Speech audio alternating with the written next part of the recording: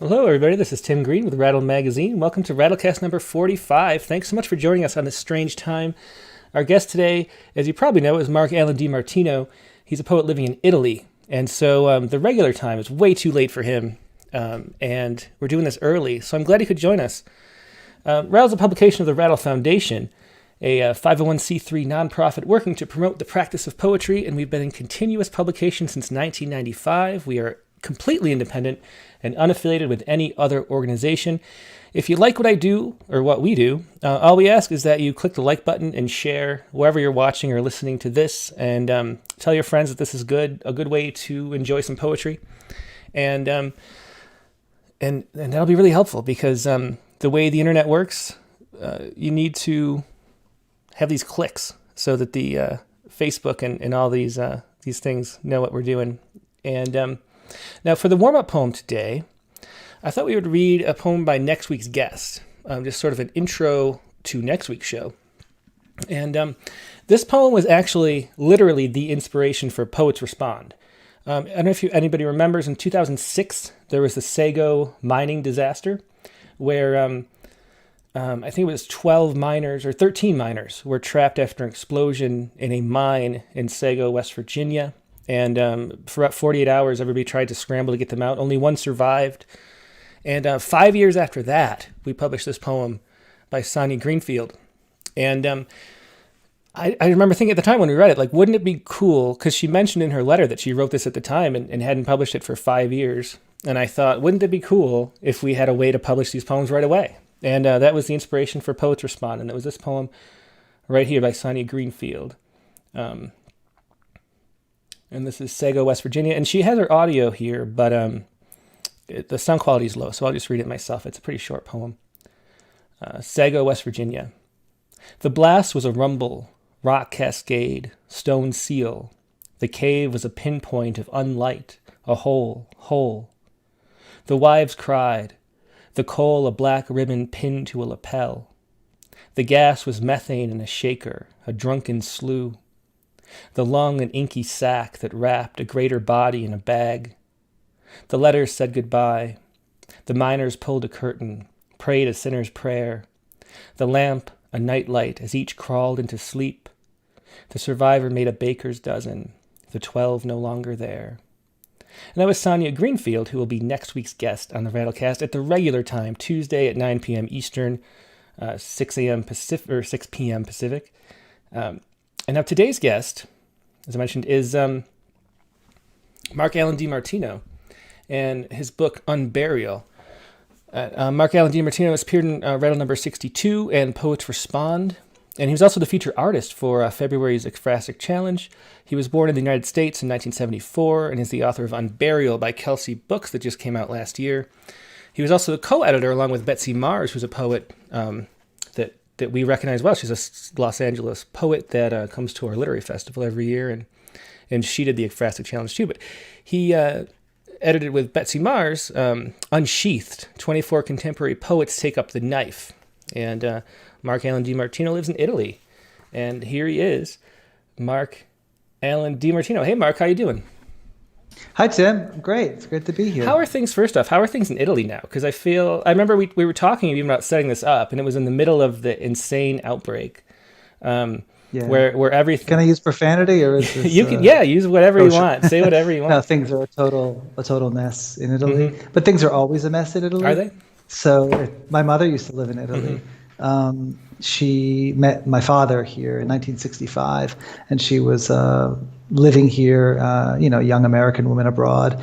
And 40 years later, when I moved here, she said, you know what, Italy's always a mess.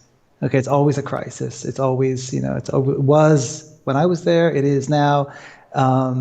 Get used to it. Yeah. So Italy is always just a complete fucking mess. But now it's even more of a complete mess than normal. People are just freaking out because, well, obviously, we were in lockdown longer than anybody else probably in the world. Mm-hmm. So people are just, at first there was all this solidarity, like, oh, ce la facciamo, we can do from it, the balconies, everything will be fine. Sure, singing from the balconies, all the positive stuff. And as anybody who remembers September 11th knows, that doesn't last longer than a Mm-hmm. month. And suddenly all the recrimination and all the accusations and the conspiracy theories and all that kind of stuff begins, and everybody's convinced the government is behind it, or they went too far, they destroyed the economy. And so right now we're in that period where everybody is kind of scrambling for a conspiracy theory that explain everything that's been happening. Yeah. And we still don't have the ground beneath our feet. Yeah. Well, that's sort of, We can't I feel like the whole time I felt like Italy was sort of maybe 3 weeks or a month ahead of us. So you could like look into the future by asking you what was going on there. And No, it's gone. yeah. I mean, especially with what's going on there now, it's like, who knows where you guys are now with as far as COVID goes. It's I know. Drifting. It is. It's very confusing. I don't know what to make of. I read science constantly, and at first it seemed like there was sort of consensuses, and now everything is just so many retracted science papers, and you can't believe anything. It's driving me crazy. Right. I've kind of given up trying to even figure it out. But anyway, let's not talk about that. Let's talk about your book, Unburial, which I didn't even show on the screen. Sure. Here's it for everybody to see. This is a beautiful cover, and somebody already asked. I saw out of the corner of my eye. Somebody asked about the cover art. So since I'm showing it right now, what is the cover I'm art? happy somebody asked about the cover art, because the cover art is something that I chose, and a friend of mine who should be listening now, my friend Beatriz Crespo, who's a Spanish artist living in Berlin, and a good friend of mine. She did the cover art on request when I knew that I had a book contract and I was doing a book, and they said, go find your cover art. Because I guess now everybody does everything, cover art and blurbs and all that kind of stuff. And so I was like, oh, I get to choose the cover art. And the first thing I thought was Beatriz, because I had been to Berlin and met her and seen her art, and she's just fantastic. And I asked her, and she's like, of course I'll do it. And she sent me about 100 monotypes. This is a monotype on the cover. And I don't know if the people can see it or have seen it. Yeah, they see it right now. Yeah, it's a monotype, and I loved it. First of all, because like the upward motion of the red, it's kind of like, it's almost like something is being unburied, shooting up from the earth. So I liked that it was really the movement. And I had been, when I was in high school, I was an art student. It was the one class I liked, and I had a great teacher, Mr. Smith. This is in Baltimore. And he was a printmaker, and he taught us to make monotypes. And I made many monotypes like this back when I was in high school. And when I saw it, I thought, hey, that's what I used to do, but much better. It's a professional artist kind of thing. And so I said, hey, I'd really like to use this. And she said, sure. Yeah, well, it's a beautiful book. Who made it? It was Kelsay Books. I should have said Books, that. Yeah, but it's a really well put together book and beautiful cover. I do like that too. Do you want to start out by reading? Normally I don't have requests, but the first poem in the book is such a good first poem that sort of sets up the stage for everything. Do you want to start? Yeah, do you want to start with that maybe? I will. Again, yeah, there are a couple of bad words in this one. Yeah, so if don't worry about it. We are not monetized anyway. Although we just had our monetize. We have enough views now that we could monetize, but we won't monetize, so it doesn't matter anyway. Okay, you can say whatever you want. Good. Okay. Should I give some background? Yeah. Go ahead. Again, the background is called Runaway. It's about it's kind of me imagining like a psychological experiment. My parents met in 1965 in Rome. My father was a Roman man.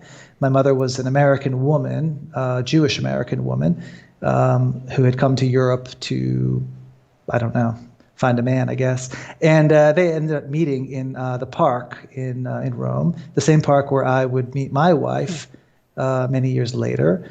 And so this is kind of me imagining how that went, because it was a story that I'd always heard, but neither of my parents are alive anymore. So it's just me imagining kind of what was going through their heads while they were meeting for the first time. And it's inspired a little bit by Delmore Schwartz's story, In Dreams Begin Responsibilities, if anybody's familiar with that. Mm-hmm. That's kind of maybe with the psychological baggage. Runaway. My mother is sitting alone on a park bench in Villa Borghese eating a sandwich. It isn't an easy thing to find a sandwich in Rome in 1966. She's had to route out Bar degli Americani on Via Veneto near the embassy in order to find ham on white bread, no mayonnaise. Imagine that, a Jewish girl eating a ham sandwich on a park bench in Rome with no mayo. What is she doing there, so far from home? And where is home, anyway? Her parents' home in Brookline, Massachusetts? That isn't home, not anymore. She ran away from that home, came to Rome via Paris, via San Francisco. Anywhere but at the Shabbos table with that tyrant her mother and her ineffectual father. A ham sandwich on a park bench is better than that, she says to herself, as a dapper man appears, dressed in a smart black suit. She notices his teeth. Naively, she thinks he might be Marcello Mastroianni, her singular destiny to meet a movie star, fall in love, and become his wife. Live happily ever after. The fantasies that run through a young woman's head. This is not Eddie Fisher, nice Jewish boy, dungaree doll. This man is a smooth talker. He wants to sell her something. Realizing she's an American, he begins speaking in broken schoolboy English. He turns on the charm, and she is charmed. What is he selling? Wine. What else? You are in Italy, poor girl, eating a sandwich all alone. He overwhelms her, makes her feel like Audrey Hepburn. She, in turn, is an easy target, not like Italian women. To get into their pants, you have to go through their families. He knows. He has 2 sisters. He's always beating up guys in his neighborhood for putting their hands on them. He's got a reputation. But everyone knows American women are unmoored. Why else do they come here? To get into trouble, to meet a Casanova, to have what they call a fling. He learned that word in a movie. Then they go back home and get married to a Rock Hudson or a John Wayne, have 2 kids and 2 cars, and pursue their dreams of happiness. Europeans have history. Americans have dreams. That seems to him a profound insight. My mother crinkles the cellophane into a ball, rolls it in her palm, brushes the crumbs from her skirt. He looks at her knees, the skin boldly exposed, wonders what's beyond them. She isn't thin, he thinks, as he absorbs her body with his eyes. He isn't subtle. You don't need to be in Rome in 1966. All you need to have is charm, and he has excellent charm. She decides in that moment she will go anywhere with this man. She will do anything he asks. She has nothing to lose, no one waiting for her on the other side of the ocean, no Eddie Fisher. Her brother is married to a German. Her brother, the magician, who disappeared into a German woman and never came out. How she would like to disappear into this man, fall into the black hole of him, learn to curse her own parents in his tongue, allow the sensual inflections of Italian to evict the Yiddish gutturals lodged in her throat like fish bones. How she would like to learn to trill her R's, double her consonants, strap a crucifix around her neck for the sheer pleasure of seeing her mother's dumbstruck punnin. Bury her alive with Roman invective, li mortacci tua, fuck your dead ancestors. Tear the crucifix off and flush it down the toilet, having exhausted its usefulness. She smooths her skirt, a little flushed. That was the opening poem to Unburial, Runaway. A long, powerful poem. And it's interesting, it just sets up the book so well. Like, you don't know that you're talking about your father at first either. And so there's this sort of I don't know, the way that you, the book is an Unburial. It's a kind of excavation of your family, and the way you don't sugarcoat anything, like the honesty that moves through the book, is really, it's shown in that poem, and then it comes through in everything else too. What is your? When did you know that this is what you wanted to write about, and why? How did the book come to be? It's a great mystery, actually. It's one of those things that I had never understood until it happened. Kind of like if you've never written a poem, you don't know how people write poems. And then suddenly one day, holy shit, I just wrote a poem. How did that thing happen? What is that thing on the page? And then you start, you kind of figure out this thing happened. And I had written poems for years. I'd been writing poems since the late 90s, maybe 97, 98. Is when I started writing poetry. And I've written off and on since then, but I've never been very constant. I'd write a lot in a few years, then stop for whatever reason, then pick it up again. And it'd always been kind of frustrating to think that I could never do it and get anywhere with it. I published a couple of pieces here and there, and then I'd stopped writing for 6 years. That I'd write again, publish a piece or two, and then I'd stop writing for another 6 years due to circumstances in my life.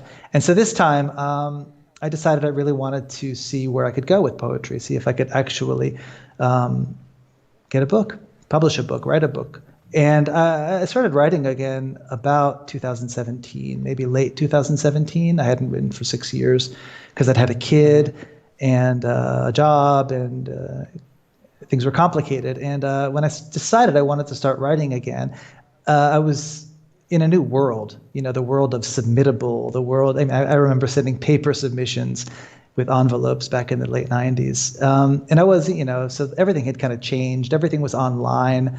And I had to kind of get used to it again and figure out what to write about, And of course, that's when I discovered Poets Respond as well, because that hadn't existed back in the day.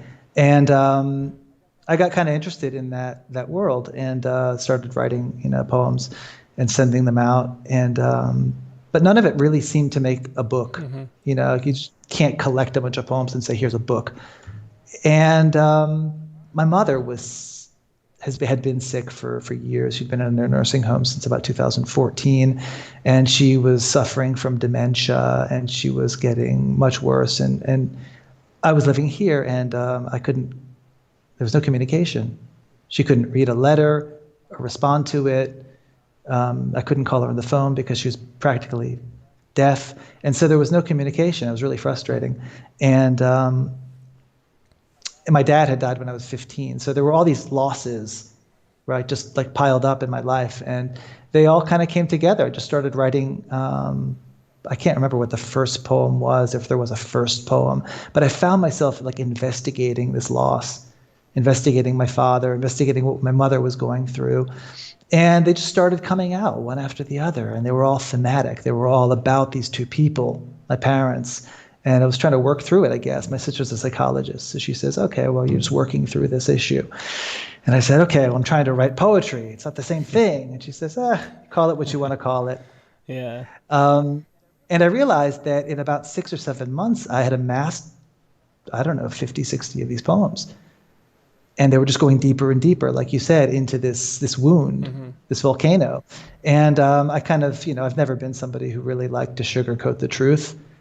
And so I just said, if I can't do it in poetry, if I can't say what's true in poetry, my version of truth, mm-hmm. obviously, what's the point?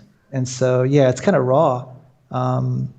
But that's where the poetry was, I found. That's, they're your parents. You don't want to offend them, obviously. Neither of them could ever read anything I've written. But still, you don't want to offend their memory. There's a whole lot of emotional stuff at work. But then again, I thought, I'm the one who has to live with this. Mm-hmm. And I have to make art out of it. I have to make poetry out of it. And so I ended up trying to do that. And when I realized that it was a book, and it was almost symmetrical. If you notice, there's a kind of symmetry to the book where the first half is about mostly my father, and the second half is about mostly my mother. And it's pretty equally divided, and that was kind of a conscious decision on my part. Yeah, well, they're both, just speaking from a as a reader perspective, they're both interesting characters. I mean, I know they're your parents and they mean a lot to you, but they both have a lot to, you come from an interesting background. Thank you. What did the rest of your family think about reading this book? Well, luckily for me, I guess I have a small family, half of which doesn't speak English. Oh, yeah. So, the most family members I have are here in Italy, and none of them really speak English or read poetry. So I don't think, for the most part, they're either aware or that they care or that it's a problem for them. And of course, they're cousins. They're not really. So I have a sister, my sister Monica. She lives in Virginia, and I don't know if she's even been able to read the book yet. She was the one who took care of my mother for the last 5 years of her life. They lived in the same place, and she sacrificed a great deal. And again, she's a psychologist, so she lived it. I lived it from here. I wrote about it, but she lived it, and I think it's really difficult for her to read some of these poems. And so she's been supportive of the poems that she has read, but I don't think she's read the book yet, or we haven't talked about it if she has. Yeah, I can definitely imagine that. I should say, if anybody has any questions for Marc, let me know in either the Facebook or the YouTube chat windows, and I'll pass those questions along. But let's hear a couple more poems. Sure. Just want to skip around. I haven't even earmarked. Yeah, wherever you want. Just let me know the page number. Okay, good. I want to read a short one, I guess, now, because that was kind of a long one. There's a lot of long stuff in this book, 3-4 pages. How about the double feature, page 20? That's one I've never read before. Let me know. Yeah, Can I go? Okay, good. Double feature. I'd cry when my father went to the movies alone. It broke my prickly little heart, hardened it like bone. Youth blinded me to pleasures of middle age. How the divorced scrounge around in their pockets for change, to change the tune, even dance a little. Divorce was death to me. To him, it was a trompe l'oeil, full of tiny illusions the married can't see. TV dinners, sex with yourself, Friday night at Denny's, splurging on a drippy ice cream sundae, invisible to all but your own children. It was double feature from Unburial. Let's do another. Yeah. Let's do Heaven on the next page, 21. Okay, and this is actually a story about a real car accident that I was in with my dad and my dog when I was 8 years old. Heaven. The day the brakes failed on my father's car, we should have died. What did I know of life at 8 years old? It was 1982. The roads weren't equipped with guardrails yet, and rain drenched the swerve of asphalt above the reservoir as our tiny Fiat gripped the curve and my father's foot fumbled at the pedals. Out of the blue, leaves lodged in my eyes, and I felt the absurd thrill of flight.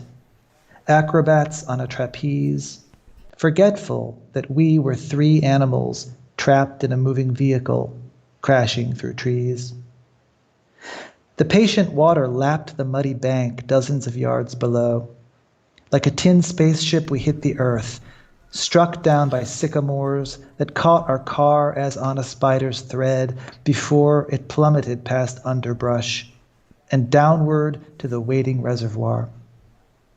My father split the windshield with his boot, gave 3 hard kicks, and the safety glass thatched like an eggshell. He sent me scurrying up to flag down help. From the blasted shoulder, our totaled Fiat was a soda can crushed by an ogre's foot, tossed carelessly into the woods, an afterthought. Alone, I waved down motorists, shrieking and pointing, convinced I was a ghost, until one stopped, while Dad disentangled our dog from the wreck and scrambled up to meet me in the sun. We must be dead, I told myself, and this is heaven. And that was Heaven from Yeah, every detail is exactly as I remember it. yeah. Yep. Yeah, all of those things actually happened. Yeah. I almost died. Judy Cronenfeld, who's on here, she said, she Judy. quotes Lowell. She says, "Why not say what happened?" Something Robert Lowell said. I like that quote. I hadn't heard that before. Why not say what happened? And Why not? yeah, yeah. She, that she says, "You remind me of that quote." Hi, Judy. Yeah. Let me see. Let me make sure I get to any questions. So one thing I was wondering is how you ended up in Italy. How did you grew up in the United States and then you moved there at some point. Why? And what do you teach? Is that what you do? I'm an English teacher, actually. I teach English as a second language. I have a little school that I run where I teach. And how did I end up in Italy? Wow, that's like the $1 million question. Well, I don't think you mentioned that you met your wife at the same park that your father and mother met. I don't think, unless I missed the poem, that wasn't in the book. I don't think. No, that's in a different poem from a different book. Yeah, this book concerns my parents, not my wife. She was, she begged me to leave her out of it. So you have another book that you're going to publish. I have another book that should be coming out at some point this year. Oh, okay, cool.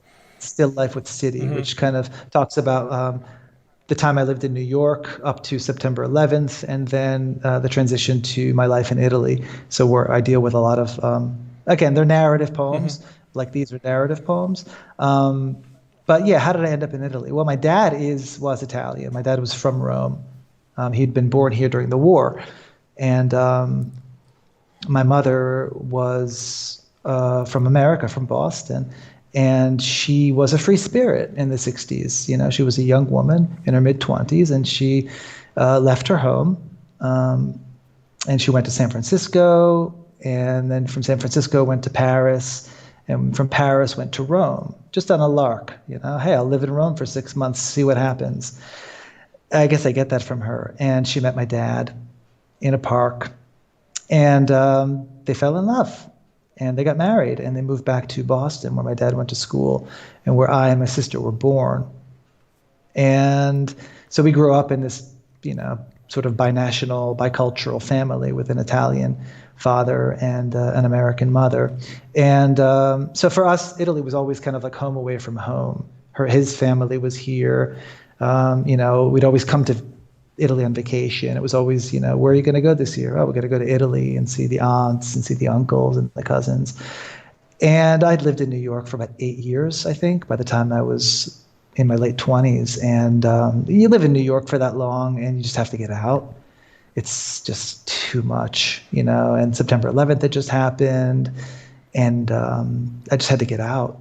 And I needed a new lifestyle, and so I said, okay, I'll take a sabbatical, and I'll go to Italy, live with my aunt who has an apartment, and I did, and I didn't plan to stay, but I met my wife, and that's how things happen. And so yeah, we met in the same park as my parents. That's pretty cool. Oddly enough, that is. That's a great story. And we married in the same place. Oh, too. wow. That is really cool. Yeah. Everybody, there's a bunch of questions about Italian poetry. Some people are asking if you write anything in Italian. Do you write any poems in Italian? And also, do you do any translation? I do. I do not write in Italian because I don't feel that. I mean, I write emails in Italian, but not poetry. I just don't feel I can do it. I don't feel that it's not my language. I mean, it is, but it's not that language. I can't get that deep with Italian, I guess. I do translate. I did a lot of translation some years ago. I haven't done much recently. There's one Italian poet a Roman poet, pretty unknown. His name is Mario dell'Arco. And he was a Roman dialect poet. He wrote in what's called the Romanesco. And he lived mid-century until about the 90s. So he's like 50s, 60s, 70s. And he's a really, really, really wonderful poet who writes these tiny little poems. I don't know if you're familiar with Samuel Menashe. Name sounds familiar, but not really. He's an American poet from New York who wrote these tiny little poems, 4 lines, 5 lines. Everything is just this microscopic, but they're really intricate, beautiful little works of art. And this guy's kind of the same in a way, but he writes in Roman dialect. And when I discovered him, I was like, okay, I can feel that there's, I I just loved it right away. And nobody knows who this guy is. I mean, not even Italians. Yeah. And so I started translating his stuff. And, a handful of poems I've published here and there. Do you have anything with you by any chance you could read since they're short? We're kind of. Yeah. Well, there was one that went up this month on a website. I don't know if is it okay if I. Yeah, go ahead. Yeah, yeah, definitely. We love poetry everywhere it is. So yeah. Yeah, it's called Waning Moon. Waning Moon. Let's see. Should I send you a link or should I just read it? I could probably find it. Just read it. Yeah.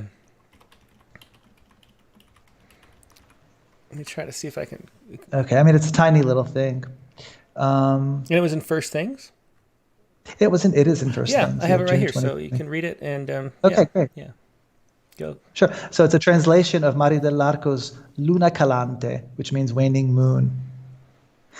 Pendant around the neck of night, ringed by Taurus, Capricorn, Ursa Major on the rise, before so many fiery eyes, little by little, whittles to a horn.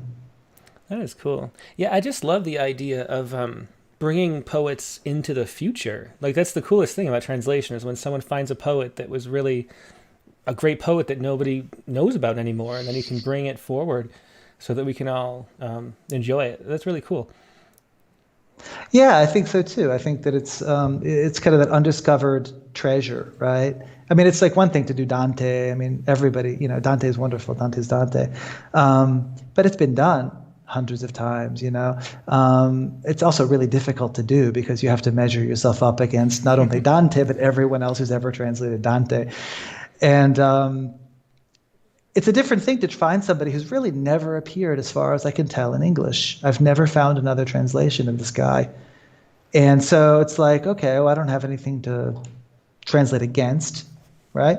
And I really like the work, and he's all full of internal rhyme and wordplay. It's really fun to try and translate that stuff and bring it to readers who, obviously have never heard of this guy. Yeah. But I think it's pleasurable, yeah. It definitely is. And there's just the sense of the way things, like humans are humans no matter what century they're living in, is always just a fascinating realization. Like, I love reading Catullus because, or Catullus, or however you'd say it, for that same reason. It's like, oh my, like all the thoughts are like thoughts that we have, and the problems are problems we have, and it's just moved up through the centuries. Totally, that's poetry, though. Yeah, I mean, exactly. That's what it does. I've been reading Paul Valery. Do you know him? Mm-hmm. And he's his Art of Poetry recently, and I don't read a heck of a lot of like poetry criticism and stuff, but I just happen to have this thing lying around, and he said, like a poem is a machine that recreates an emotion or a thought whenever it's read. Mm-hmm. Right? It's like this little machine. You turn it on by reading it, and each time you do it, like if you read Keats's Ode to a Nightingale or whatever, it's like, how can you not experience that every time? Mm-hmm. Right? So yeah, it's kind of interesting to think about poems as like little machines, word machines. They get adjusted. I like calling them tweaked. Empathy machines. Empathy machines. Yeah. Let me ask you one more thing about Italy. Yeah. What is the contemporary poetry scene like in Italy? I always wonder, like, are there poets, like, are there like literary magazines in Italy? Are they published in newspapers? Are they just not publishing much? I wish I knew the answer to that. Yeah, it's so weird to me because I've tried, I don't really follow. I've looked, being an editor of, a publisher, tried to look to see, like, I'll say, Rattle has second most subscribers of any poetry magazine, right? But then I'll say, is that true? Is there some magazine in Russia that has more subscribers published? And I have no idea. And I search and try to find India too. And it turns out there's really not that much in India, at least. I explored that really extensively. But I wonder, are there like literary magazines in Russia? Are there in Italy? Are there MFA programs in Italy? Or is this an American? You know what? I don't even know the answer to the question. Yeah. I am out of touch. Mm-hmm. I'm out of touch. It's a curious thing living abroad and being kind of having one foot in that world, but having like your whole body in this world. It's also true for like being a sort of bicultural, binational person with a parent from one country, right? Parents from two countries, and I'm living in a different country than the one I was born in. So I'm never whole, right? You're never of one place. Mm-hmm. You're never in one place. You're always missing something on the other side. And so that's kind of how I grew up, and that's kind of how I've always lived my life. I've never been entirely in one current or in one place or in one culture. And definitely not for the last 17 years since I've been here. But, honestly, I don't know a damn thing about Italian pop music, nor do I care. And Italian poetry, I really am not the best student of it. I know there's a literary scene. I know, are there magazines? I guess. But bookstores? Are there bookstores? No. So it's like, I don't even have bookstores. Okay, one thing that maybe I want to be clear about is I live in a place with no bookstores, which is a hard thing for a person who worked in New York's best bookstores That for seems years. really surprising to me. You're in Perugia. Yeah. Why are there no bookstores? I would assume that there would be. There's like one bookstore. There's like the big, like what's called Feltrinelli, which is like Barnes and Noble. There's one of them in the center. And then there's one independent bookstore, which, again, it sells 99.9% books in Italian. Okay, sure. They have poetry section, but poetry is not really, it's not like you're going to Shakespeare and Company and there's like walls of poetry, okay? It's a really out of the way place, culturally speaking. It's not Rome, it's not Milan, it's not Florence. Not much is happening here. In fact, I tried to set up a reading after the book came out, and I couldn't find a place that was even available for a reading, because they said, who's going to want to care? You're reading in English. Who would care? It's poetry. Like those two things together. As if I said I wanted to give a zucchini cutting class or something. Like, who would want to, they looked at me quizzically like, how could we, what? There's nowhere for you here. So it's that kind of a place. Yeah. Bookstores sell bestsellers. They sell books of history. Yeah. English language poetry books in my local bookstore. There's one. And it's that woman who's an Instagram poet. What's her name? Rupi. Yeah. They have a stack. Oh, yeah. Okay. They have a goddamn stack of 100 copies of every one of her books. And there's not a single other book of poetry in English in the entire bookstore. That's the kind of place. Yeah. That's the thing that always, there's this sort of mythology that poetry is more appreciated everywhere else but where you are. And so you're kind of ruining that great mythology that people actually read poetry somewhere. I am that person that, like, everybody thinks Italy is the most wonderful place. Everybody's never lived here.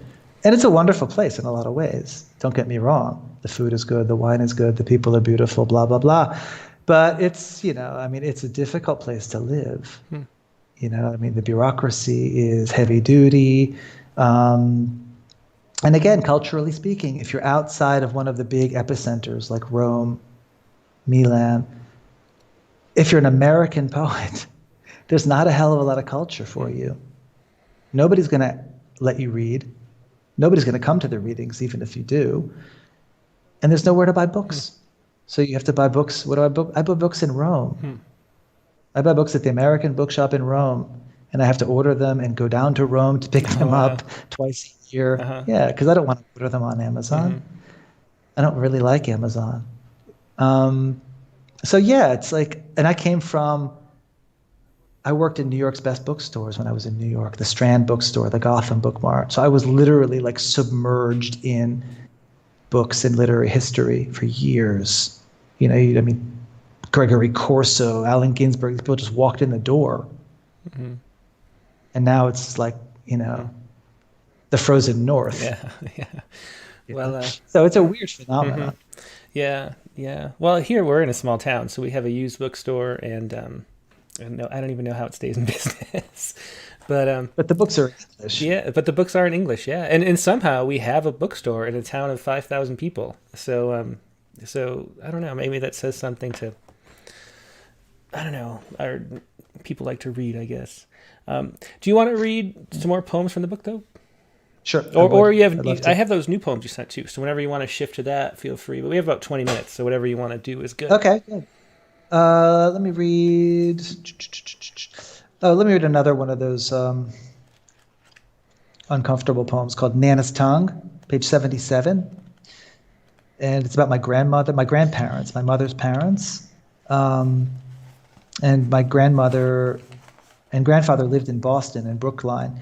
And we went up to visit them when I was a kid. And all I remember about their apartment was that my grandmother would make tongue, pickled tongue, which, if you've ever had it, is a taste you can't forget.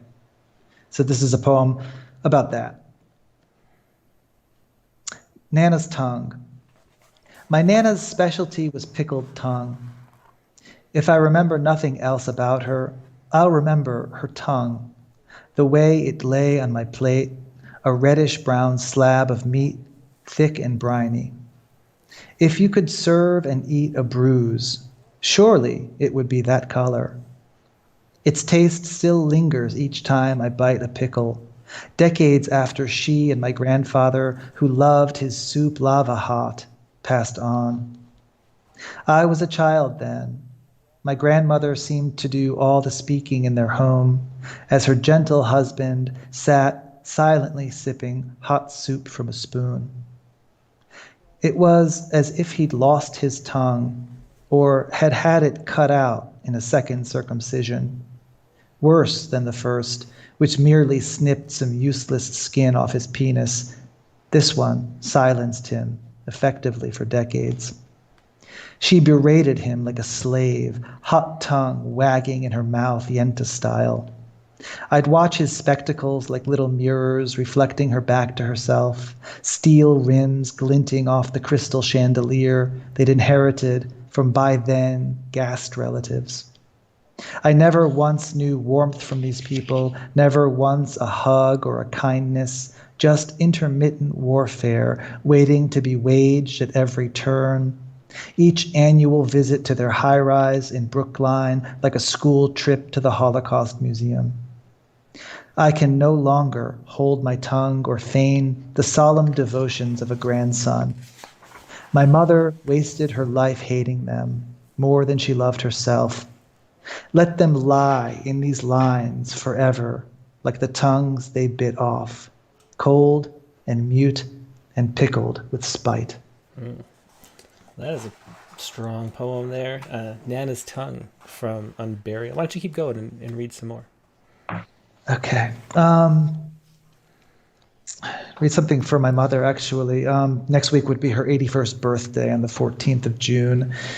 She died last July, on July 7th. And she died right when I was proofing the book for publication. And so... Candle, this is page 84. Candle. I need a better way to remember you that isn't a bleak portrait of a room inhabited by a woman with your name, but rather her twin sister, like the one who came to visit me in New York, skipping across puddles on First Avenue, youthful at 60.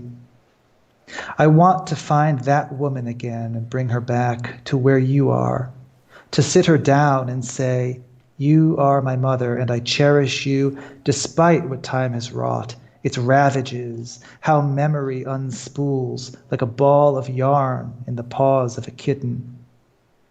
I still love the word mother, a reminder, a promise, a trigger.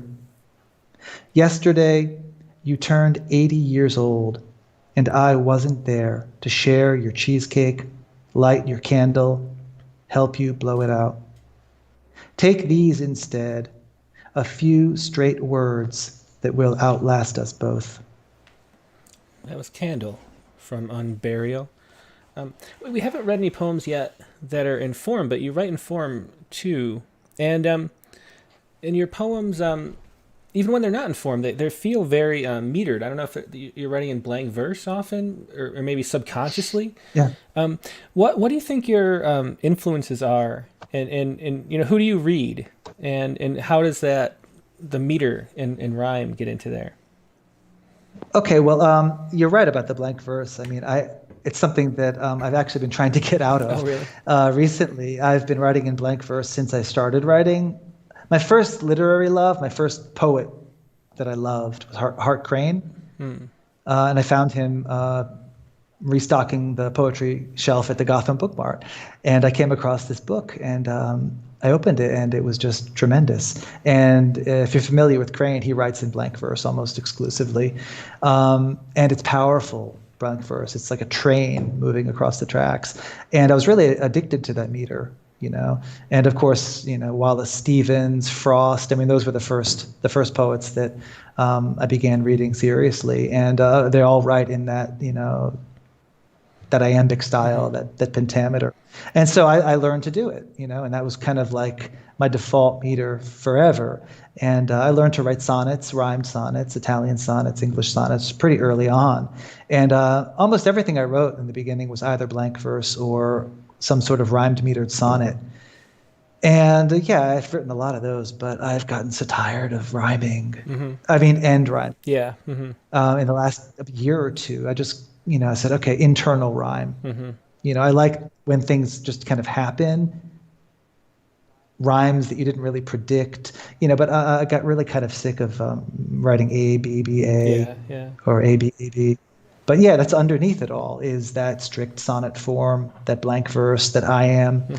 So yeah, that holds over into these. You mentioned wanting to get out of writing in meter though too. Is there a reason for that? Because I love when poets use really subtle meter. I think that's the poems feel more complete or something, or more solid when there's a cadence to it that's regular. So why would you want to get out of doing that? Just to do something different. Yeah. Oh, when I was in art, when I was in high school, actually, I went to art school in college. But when I was in high school, I mentioned my art class and my teacher, Mr. Smith, the printmaker, and he said something. And that's the sign of a good teacher is the one that you remember 35 years later, that said that one thing to you that one time that changed your perspective. And he said to me, after I had struggled to do some art project, and what I did was I got frustrated and I scrapped the whole thing and started over. And he said, that right there, that's what you need to not be afraid to do, is just to scrap it all and start over. And so he taught me that was really important, right? Not being afraid to scrap it all and start over. And that's what I really remember about him. It was the most important lesson. And I carry that into what I do now, I guess. I've always kind of had an artistic personality. I've been a creative person, and I've never been afraid to sort of destroy and just start over from scratch. And something about wanting to blow it up. I don't like being stuck in a cage. I don't like being stuck in a meter and being being like thinking of myself as a formalist poet. It's like there's so much other stuff I want to do, but I've never been able to. I've never been able to write that 12-syllable line, or even bigger, right? That Whitman-esque line, right? That just rambles on. And I've always kind of envied people who could do that.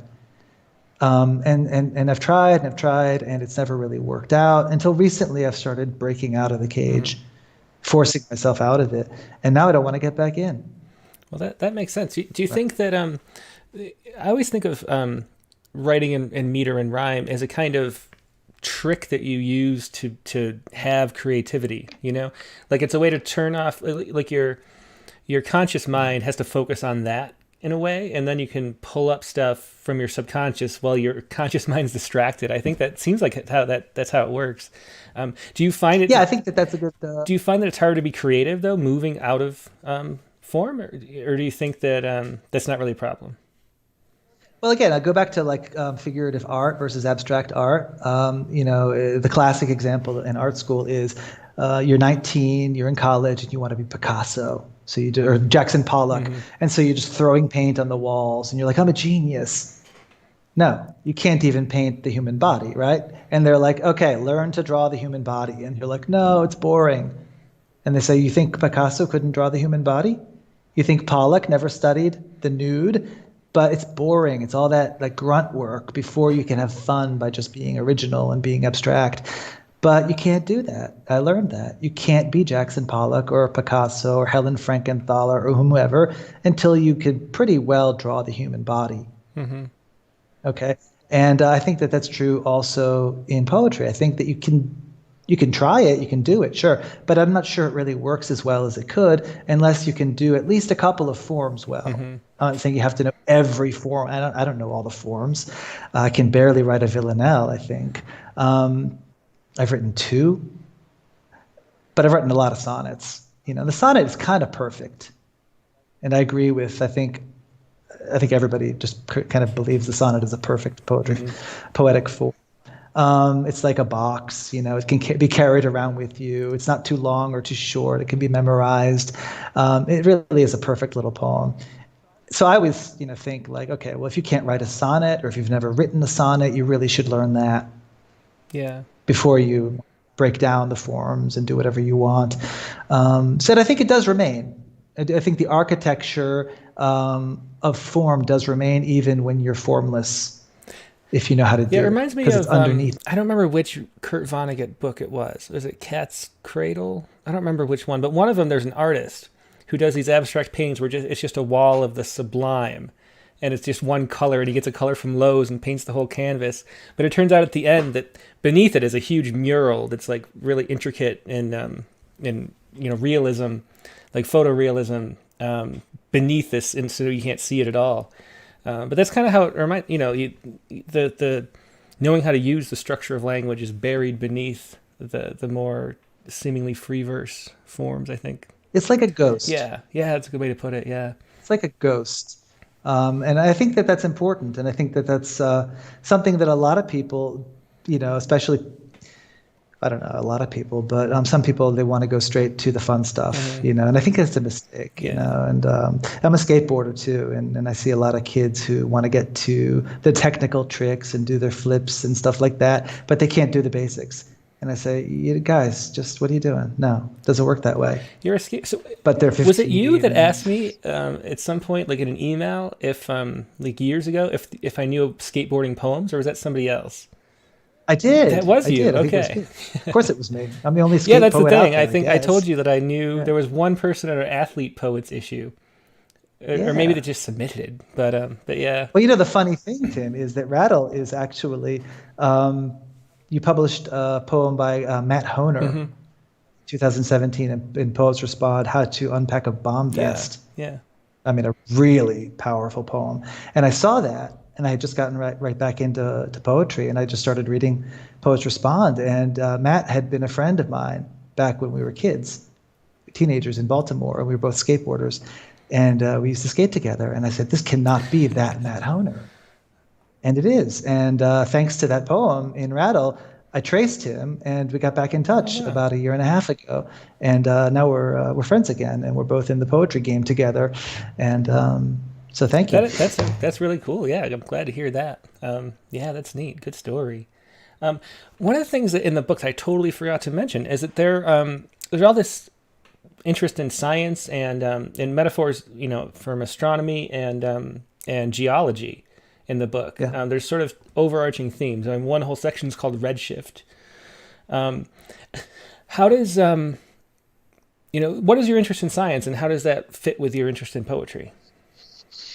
My interest in science is completely pedestrian. I've had no formal scientific training in my life. I hated biology and physics class in high school.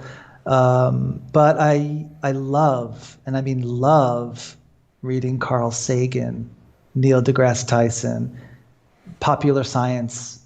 Anybody who can take that science, astronomy, biology, evolution, whatever it is, and make it understandable to the non-scientist, I think it's just the most wonderful thing in the world. And I'm a stargazer. I can just, I like to look up at the stars and write poems about the moon. And so I love science from a very non-scientific point of view, but I also respect science in the way that, is really the best way to truth in the world. And so in the book, I realized as an atheist, I couldn't use religious metaphors.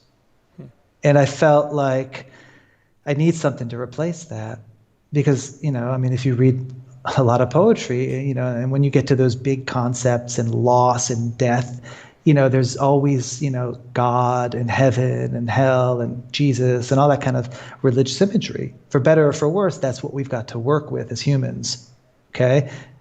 And I was like, I'm not going to work with that. I can't work with that. Okay. I mean, I'm not just an atheist. I'm pretty hostile towards religion. And so like, I could not just do that. And I said, what am I going to replace it with though? Because something has to fall into its place. And I've always been of the mind that scientific concepts, the sort of awe that you feel, thinking about the universe, looking up at the stars, it's so much greater than religious feeling is for me, or could ever be for me, that I feel that it fills that gap. Mm-hmm. And it talk about, I think Dorian Locks last night had read a poem about her mother, and she talked about the atoms floating away into space. And I thought, hey, we're on the same page. I wrote about that too, mm-hmm. And it's for me, it's a powerful concept. I mean, the idea that all scientific concepts are powerful, and I think they're very poetic, and I think they don't get enough play in poetry. Yeah, that's cool to hear. I completely agree. But I never heard anybody put it that way, that it's a counter to religious iconography. Yeah, that's a cool way to look at it.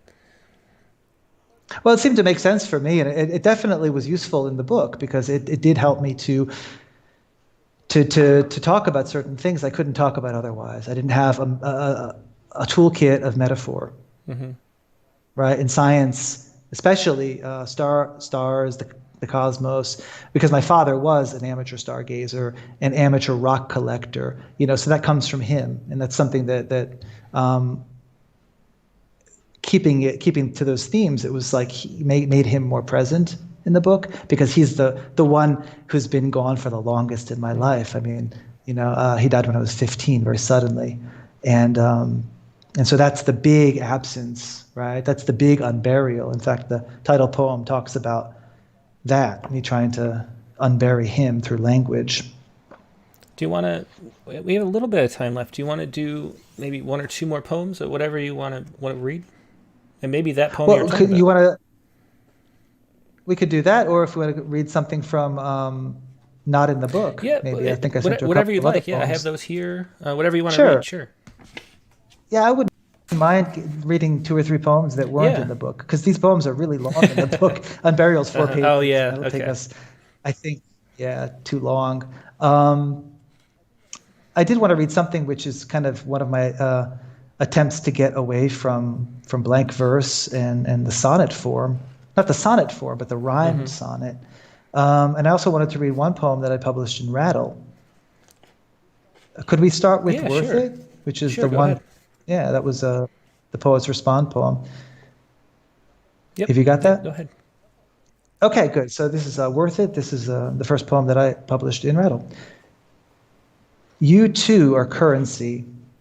You can be saved, devalued, spent, invested, thrown away, or burned. In this town, roads are paved with skeletons of folks like you and me. Your net worth isn't what you thought it was. Pursuing happiness, you work for free. You're better than this, you tell yourself as you Google who you are. And who are you? Data, as it turns out. Go now. Erase your name from the wine-dark sea of Facebook blue before you're bought and sold. But it's too late. The work is done. What more is there to do but punch the clock and rue what's left of fate? In bed, you count your sheep and calculate. Very good. That was Worth It. And that was, if I remember right, that was when people were, one of the many times where people were walking away from Facebook. And that was the news story that inspired it, right? Yeah, it was one of, I think the news story that directly inspired it was one about how Facebook pits users against each other psychologically. Mm-hmm. And it's just diabolical how those algorithms work. And I just, I'm one of those people that really would love to get away from Facebook. But living abroad, it's really the only way I'm in touch with 90% of the people in my life. I mean, I feel the same way for poetry, though. I mean, we get so much out of sharing poems on Facebook that it's hard to walk away, even though I hate what it's doing to us. I hate the siloed nature of information and the way we fight constantly just about worldviews that we can't see each other clearly anymore. It's really sad. Well, I've taken a step back from that, and I no longer share anything Hmm. political on Facebook, and I no longer engage politically on Facebook. That's my rule. Yeah, Just poetry, just a couple of personal things, and yeah, that's that's it. probably a good rule. So, but this is actually a rhymed metered sonnet. It doesn't look like it, but it's in terza rima, which is a Hmm. Dante rhyme, which is the same thing that Frost used in his Acquainted with the Night poem. Yeah, yeah. I mean, when we get a good sonnet, I'm always trying to grab it because we don't get enough of those. That's for sure. Um, I think I stopped writing sonnets shortly after I had well, written you that got in the one. door. It worked. Um, Could I read something from my new yeah, manuscript, which should be out at some yeah, point yeah. in Please do. Yeah, yeah. Read 2020? that. And it's a poem that I kind of Hmm. really like, called "The Voidoids Play CBGB Late Let me see. '77." Make sure I have that. But yeah, It's in the document that I yeah. sent Oh, you. I get it. Okay. Okay, and this is fun because it's kind of speculative history. I'm a punk nut. I love the whole New York punk scene. I was born too late to have seen it firsthand, but I've been playing around with these ideas for a long, long time, trying to imagine what it must have been like to be there. And the Voidoids were, for all those who don't know, were a band in CBGBs like the Talking Heads, the Ramones, Blondie. Hmm. Yeah. Okay? So for Richard Hell, sits apart, nursing his beer. Under the neon Tuborg sign, a troop of girls in ratty jeans and mutilated hair just sit. They do not smile, they glare. On stage, the singer Clark Kent's into a rage, his adolescent fire still palpable at 28. The drums keep clockwork time. Guitars play touch and go. The bass thumps its rhythm out the door down Bleecker Street. The bar is hopping. Bikers, execs, gangly teens with fake IDs straining to catch a glimpse of the je ne sais quoi that's made downtown excitable again. It's a veritable who's who of denizens, tramps, vamps, and Frankensteins.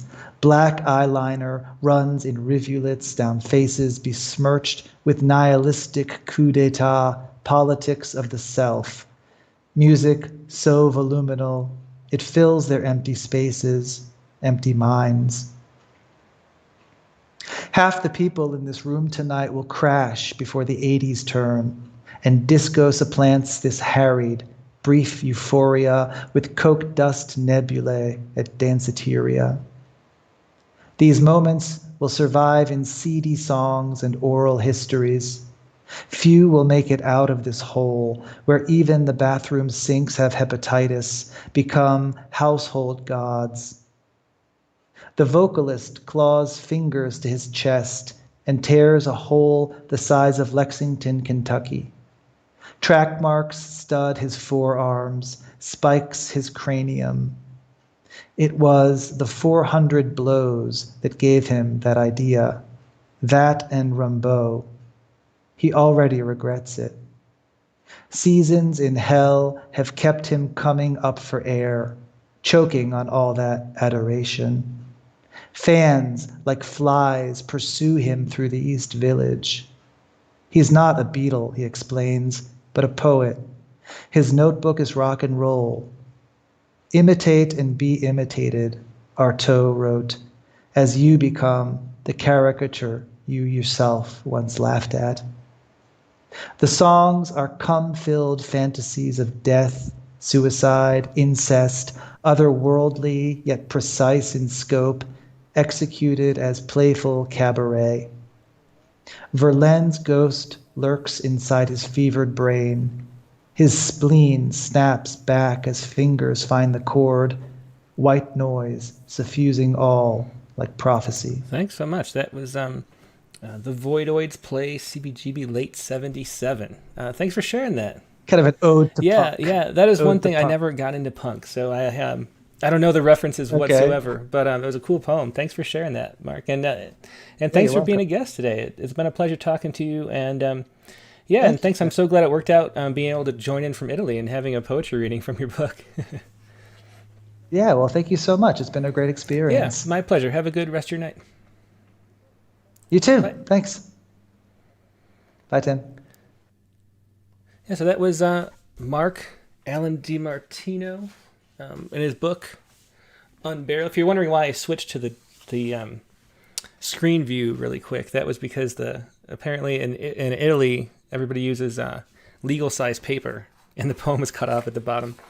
But here's his book Unburial with that beautiful cover once again. Poems, unburying his family, and you check it out from Kelsay Books. I'm not sure what the Kelsay Books website is, but you can find Marc Alan Di Martino at his website, which is which is MARC Alan ALAN Di Martino DIMARTINO.com, MarcAlanDiMartino.com, and check out his book Unburial. Thanks for having him on the show tonight, and thanks for joining us. Now we're going to do a little bit of open lines. I told you, since we got the shows a little mixed up over the last couple of weeks, we're just going to have the same prompt as last night. So if you wrote a poem for last week's prompt, which was, with your eyes closed, open any book to a random page. Make the title of your poem the first word you see. So that is your prompt for today. And if you wrote any poems about that, just send it to openmic@rattle.com if you want a show on the screen. And you can call me up at 818-850-7727. Once again, it's 818-850-7727. Or send me a chat message over Skype. I know Richard Westheimer's here. I'm so glad you could join us, Richard, and we'll share your poem for sure, because we didn't get to you last night.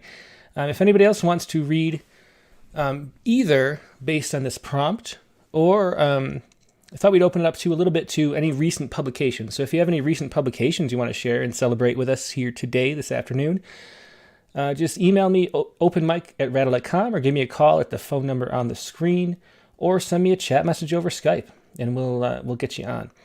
Now, I said I would do my poem today. We did Megan's yesterday for last week's prompt, and my where I closed my eyes and opened a page to a book, and it was Dorian Lux's book, and she had a line in there that my finger landed on.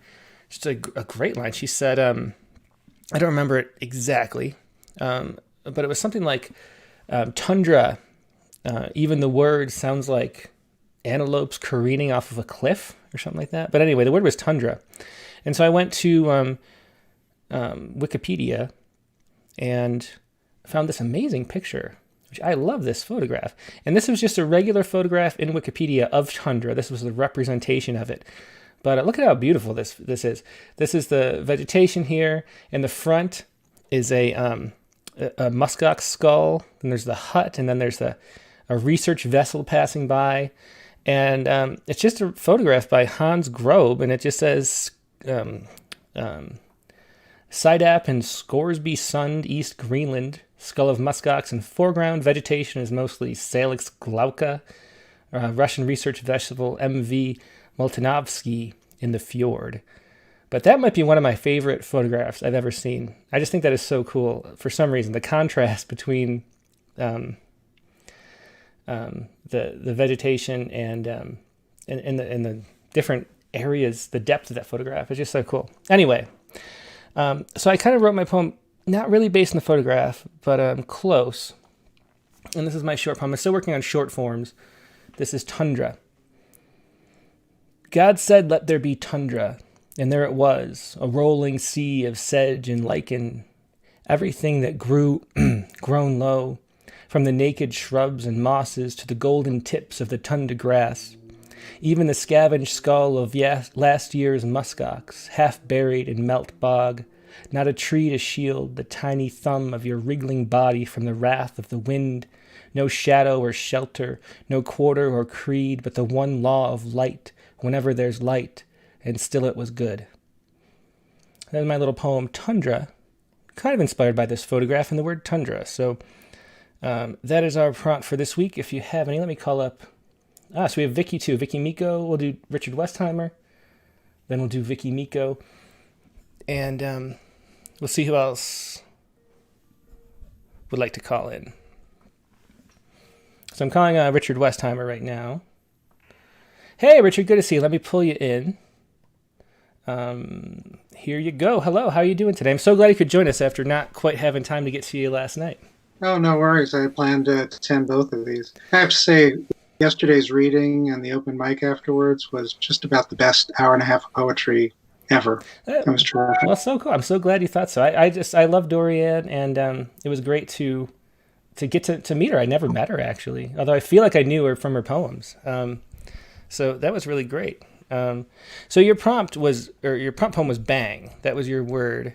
It was bang. I happened to have this book on my table, Book of Luminous Things, and just opened it up to a Sharon Olds poem going back to 1937. Not intentionally. I guess maybe the book had been creased open to that page, perhaps. But found the word bang. And it really was like a starting gun for the poem because bang did not end up reappearing in the poem. Yeah, interesting. So, well, let's. I tried. I sort of forked it in a few times, but those drafts didn't work as well. Well, the starting gun, it's a good way to do it. Yeah. So, okay, let's hear it. Bang. So here we go. Bang. I cannot get away from the day's news, and this poem is no refuge, though the title was revealed to me in a dream, me having gone to bed obsessed, refreshing my browser again and again, lusting for news of which streets in my city were trashed, which cop took which man to his knees, which black-clad provocateur ball-peened which glass window. Whoever thought a wall of glass was a good idea anyway? That man didn't understand. We don't want to see what goes on inside, behind the curtain. Do you really want to know which synapses are connected to the trigger finger, which to the clenched fist, or which to the sigh of one who is so tired of being seen as something other, wearied when we, the people, only see them through the plasma screen, which is showing some obscene scene of a black body sacrificed, knowing they are seen as some sort of phylactery containing our fears. You get it. You don't want to see inside. So why glass walls? Is it because when they shatter, the shards are ring like 1,000 broken bells, or that seeing ourselves reflected in a shop window is the closest we come to being luminous, even though we are stuck here, stuck on the other side? Perhaps we make such walls transparent because we really don't want to be with you over there. We just want to seem like we are seeing you. Oh, wow. Very nice. That's a great poem, Richard. That was Bang by Richard Westheimer. And yeah, the poems this week for the prompt. What was the prompt? It was just pick. So I guess it was that we sort of let people do whatever they wanted, maybe. But they're great poems this week. Yeah, all of them that everybody's read so far have been excellent. Yeah, I appreciate it. Yeah. Yesterday's open mic was just solid from beginning to end. It was, yeah. Well, thanks so much for sharing that, Richard. It's always a pleasure talking to you. Good to see you again. Thank you, Tim. Bye. Let's see. Matthew King's here too, and Vicky Miko. Yeah, I'll give Vicky Miko a call. Hey, Vicky, can you hear me? Or is it not ringing yet? Here you are. Hello. Let me pull you over so everybody else can see you too. Hello, Vicky. How are you doing today? I'm doing good. The delay is kind of goofy. Can you hear me? Yeah, we can hear you fine. And I have your poem here. So okay. Is there anything you want to say about it to introduce it? It's called Doip. Uh-huh. I saw the word in magic words. It's a dictionary by Craig Conley. I love this book. Oh, that sounds cool. And it's an onomatopoeia. Mm-hmm. So there's a real interesting story behind the word, and it's a bit intertwining. So I'll read the short version. Okay, sounds good. The word was taken from a quote in the book written by David James Duncan, an award-winning novelist, activist, and environmentalist who was instrumental in saving the Big Blackfoot River from being exploited and polluted by the McDonald Gold Mine Project in 1997. It all started with the 1992 movie A River Runs Through It. The movie was based on the novel by the same name, written by Norman Maclean in 1976. So the movie unintentionally caused a huge flood of careless fishermen and people to go to the Blackfoot River, and they totally pillaged the place. It was really sad. So this is what prompted David James Duncan to write the book, and he had a successful protest that saved the river, actually. Yeah, that's interesting. I'm not surprised at all. Living in the mountains, people trash things. It's terrible. Oh, it's pretty bad. But I love that movie though.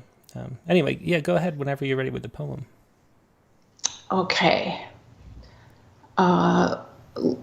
This is a quote. Letting fly my one chance, I spoke the magic word into the blue, doip.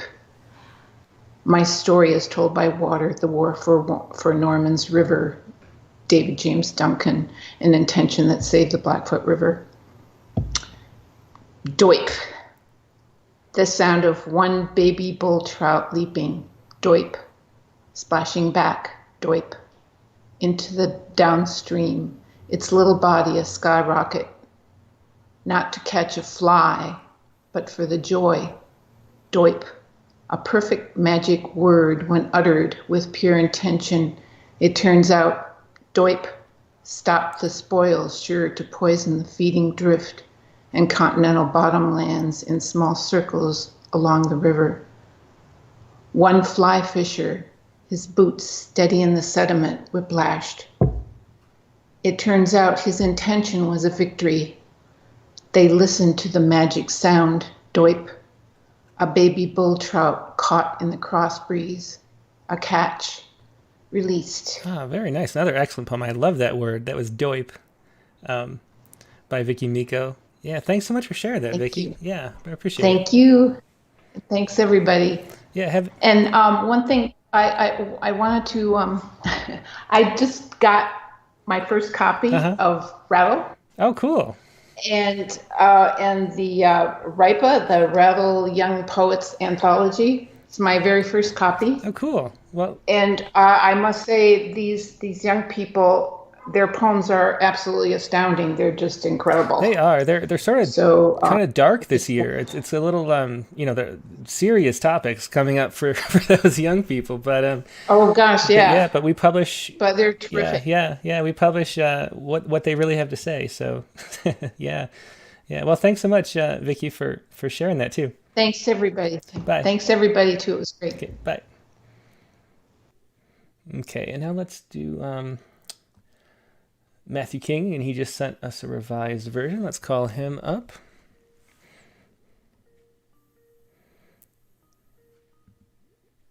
Oh gosh, yeah. We publish.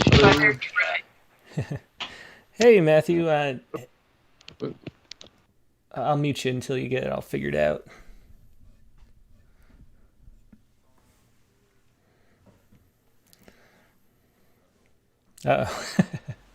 I'm having some technical difficulties here. Can you hear me? We can hear you, and I can just show the poem. So why don't you I'll just put... Oh, here you come, I think. Oh, yeah. There you are. Right. You're sideways, but... Yeah, am I? Yeah, I don't think I can spin you. I do this. Oh, there you go. Okay. That's... Now you're right way. Yeah, now you're right way up. So how you doing today, Matthew?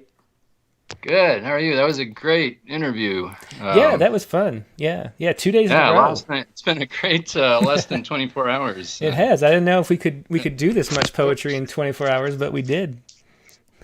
Yeah. Good stuff. So what was your word and where did it come from? The word is Jonah. I have to admit, I kind of cheated a little. So, of course, I start flipping through various books I got lying around, and I'm having a hard time like settling on something. So I picked 4 books, and then I actually used a random number generator to generate random page numbers for each of these 4 books, and then blindly picked a word on the page. And pick the one I like best. So it's from the collected poems of Robert Frost, and it happened to be right at the end of the collected poems, and it's from A Mask of Mercy, which is a poem about Jonah, and the word is Jonah. Very cool. Okay, well, everybody can see, so go ahead whenever you're ready. All right. Jonah. When God has reached the limits of deals he made with devils, created for his own devices, he appeals to implacable creatures, for whom he sent flood, not fire. So evils survive under seas, which he summons up to swallow his own graven image. And when the man's digested, reformed for greater graces, the fish regurgitates him on foreign shores for salvage. He puts his ear to shells he's scavenged from the wreckage. Very nice. That was Jonah by Matthew King. Thanks so much for sharing that, Matthew. Another excellent poem. They're just good stuff this week. Thanks, Steph. Yeah, thank you. Thanks. All right. Yep, have a good one. Take care. Okay. Let me see. So that was all the people who wanted to call in, and we had a bunch. If you didn't watch Dorian Lux's interview and show yesterday, we had a whole bunch of other poems for this prompt too. Kathy Gibbons, let's see, she sent a poem. In case you have a chance to fit it. Let's see. Her word was grin, but she hasn't called. I wonder if she would like me to read it. It's short. I'll just read it for her, I think. Oh, here's Caitlin Bucksbaum too. So I'm going to just read. You know what we'll do? We'll call up Caitlin, and then we'll if Kathy wants to call in while we're talking to Caitlin, then I will let her read it, and if not, I'll just share it myself to close out the show either way. But let's call Caitlin. We got a couple minutes. We got about 8 minutes till I got to end.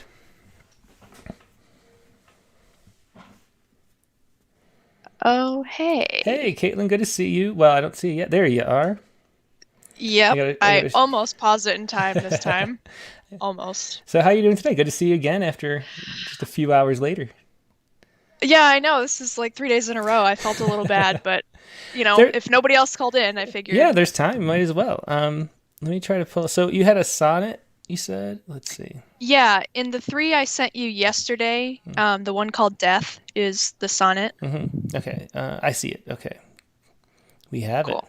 Okay, and that was your word, death. What did it come from? Mm-hmm. This one was from Unbroken. That's another. I've been reading a lot of war books that I'm interested in World War II, and so that was one of my students read a couple years ago actually, and that's why I decided I should read it. So, of course, the word death probably shows up in there a lot. So statistically, it's not surprising that's the word I found. That's true. Yeah. The odds are good. Although the first time I did a word, it was like the. I had to do it again, but the second word was good. Okay, so it's ready whenever you are. Yeah, and just the one quick thing to say first, I find it kind of funny, that Mark came out at the end there talking about his atheism, and then your poem had the word God in it, and then Matt read one on Jonah, and mine also has God in it. I know, it's so weird, and I'm an atheist too. I'm an admirer of religion, but so I like the idea of science replacing the iconography of it. I think that was really cool. But I did start out with a God there. Yeah. Well, and I think you can use, well, I don't know about you specifically, but you in the general sense can use both. I mean, I like to write science-y poems too. But in any case, here's my sonnet called Death. Each day we wait for certain death to come. Another Earth's rotation round the sun will bring us closer to the only one who tells us when his holy work is done. But if we find our good death be delayed, we should not be affrighted or dismayed, when half the world is taken by a plague, and one crime or another sets the stage. For worser fates than touch the least of these, afflicted by the things they hear and see, without believing why another grieves, even rejecting their sacred duty. Dear eager death, please hurry, come for us, when none but God is worthy of our trust. Very good. Thanks so much for sharing that, Caitlin Bucksbaum. That was Death. And yeah, God keeps showing up all of a sudden, so it's funny. And I also forgot to mention that little footnote there was just, I misread a line in a Luther Hughes poem. He said, "Dear eager earth," but I somehow read it as "Dear eager death," so I had to stick that in there. Well, that works, yeah. Well, thanks for sharing that. Another excellent poem. These are just a good group of poems this week. Thank you. Yep. Talk to you soon. Yeah. Okay. Let's see. So I'm going to do this last one. This is a 281 number. I don't know if that's Kathy Gibbons or not, but that's the only poem I still have text for, I think. We'll see who this is.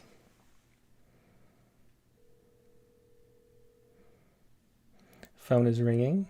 Hey, this is Tim with Rattle. Who am I talking to? Hi, Tim. It's Kathy Gibbons. Good. I was hoping that'd be you. Yeah. I thought I'd call on in. It's a little bit of a flight of fancy poem written in the middle of the night. So Very nice. And where did the word come from? the word, actually, I had chosen the word at random from a book by Tana French called The Witch's Elm, which I'm reading now, and the word is grin. So, and then I woke up in the middle of the night, as I am wont to do, and wrote a quick poem and went back to sleep. So. Very cool. Yeah. Well, let's hear. Yeah. Let's hear it then. Grin. Okay, grin. Grin. Roar on in, despoiling. Oops, sorry, my phone went off. Despoiling with that jaunty cock of head and tip of lip, unraveling any semblance of self-protection, mediating with a smile, electric stimulation, and that cleft of chin so deep that hope could nestle there, with kindness and a welcome, like landing home again. The grin, an inverted arch, a door that's left ajar to guide the thirsty traveler in. Awesome. Thank you so much. That was Grin by Kathy Gibbons. Thanks so much for calling and sharing that. Another excellent poem. Appreciate it. Thanks for all the great times of poetry the last few days. Oh, it's been my pleasure. It makes me want to do it like every day, even though I don't have time. Yay! Let's do it. But it does. Okay, it is nice to have just like a continuation. It's like it never ends. It's like a sleepover party or something. I don't know. Like but yeah. Yeah. Well. Thank you. Yeah. Thanks so much, Kathy. Have a good rest of your day. Okay. You too. Bye. Bye. Okay, well, that is going to be the show for today. At the last minute, a couple people asked on, but I'm running out of time. Actually, the truth is, our water heater started leaking over the weekend, and the plumber's coming to replace it at 1:30 my time. And this morning I played tennis, and then I had to take a shower in a cold shower. It was brutal. We are up in the mountains with these artesian spring water, and it is cold out of the faucet. Oh my gosh. But anyway, so I have to get going. But thanks everybody for joining us. As always, it's just always a pleasure to be able to do these.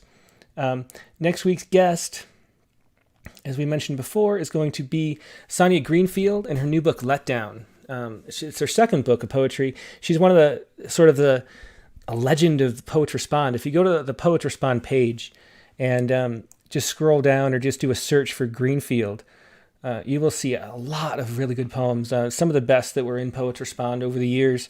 And but her new book is not news poems; it's Let Down. So join me for that next Tuesday night, June 16th at 9 p.m. Eastern, 6 p.m. Pacific. I will see you then. We will also, of course, do the Critique of the Week on Friday. That is 5 p.m. Eastern, 2 p.m. Pacific, and then the open mic. Poets Respond live Sunday morning or at noon on the East Coast, 9 a.m. for me. So I will see you pretty soon, but hopefully see you for Sonia Greenfield next Tuesday. Have a good night and stay safe and be well.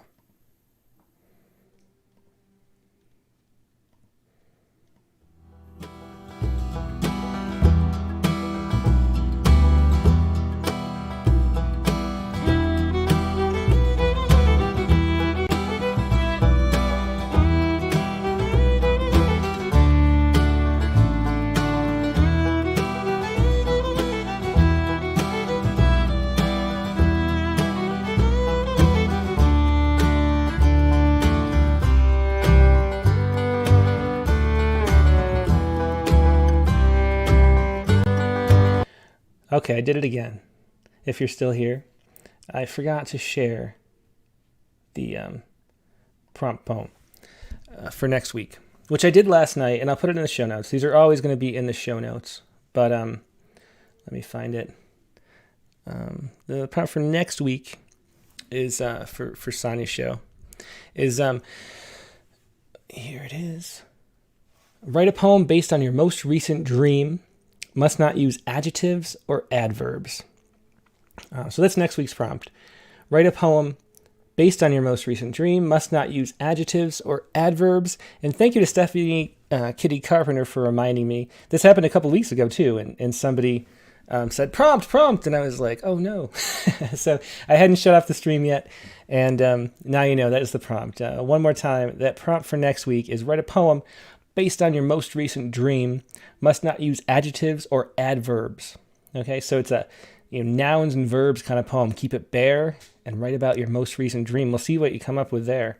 I had a weird dream last night, so maybe that'll be my dream for next week. But yeah, thanks again for joining us, and yeah, sorry for the stop the presses on the ending there, but it is what it is. Thanks a lot. Have a good rest of your day.